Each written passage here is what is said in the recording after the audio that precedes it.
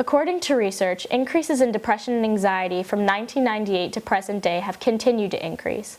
However, sources say that the increase in violence involves a variety of aspects. I think there are individuals who grow up in families where they're not being nurtured, where they're not getting the norm. And we know parenting covers a broad realm, and there's great parents and there's okay parents. But I'm talking about absent parents, abusive parents, parents who are addicted to pain medications, other drugs or alcohol.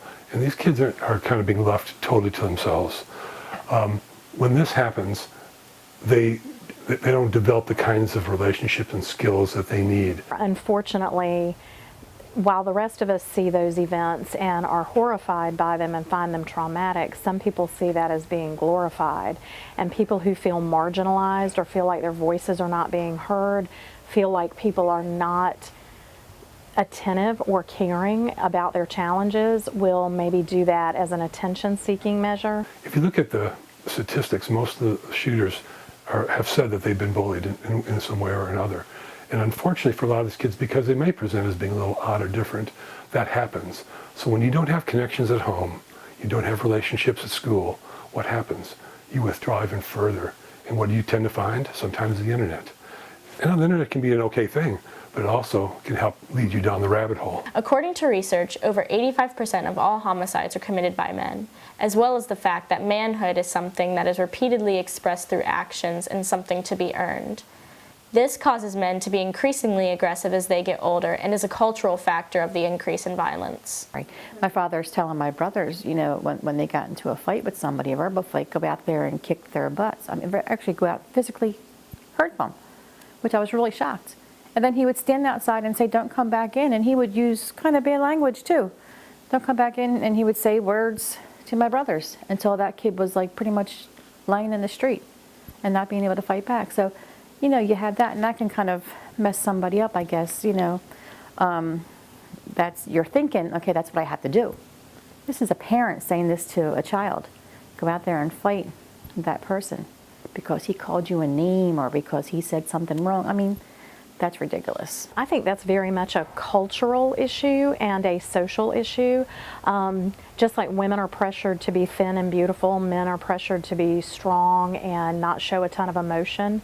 And then when they struggle with that, I think that in general they're less likely to reach out for help, and in some cultures it's considered a sign of weakness.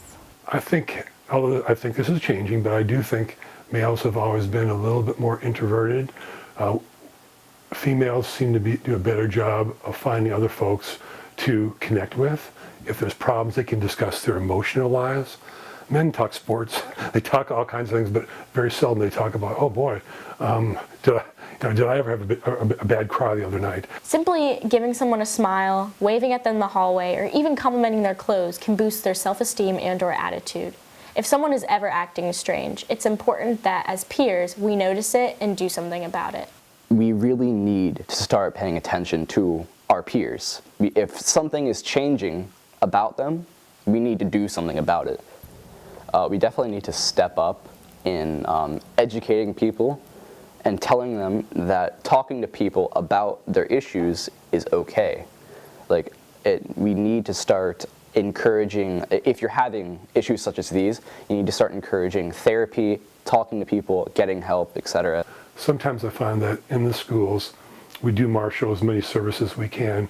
Students may be getting help through special education services, counseling, mental health support through the in-school people. But then I see when they do leave school, when they graduate or finish school, all of a sudden they're out in the world and there's no connection for them at that point. I think that's a critical time where those folks, I think there should be a continuum of support from the high schools through the mental health centers afterwards to make sure these children are safe in getting the treatment that they need. If you or someone you know is ever going through a rough time, please feel free to visit our school counselors here at Dutch Fork. People are always here to help, and talking to someone can really do miracles. This has been Mia Perry with your Silver Screen Report.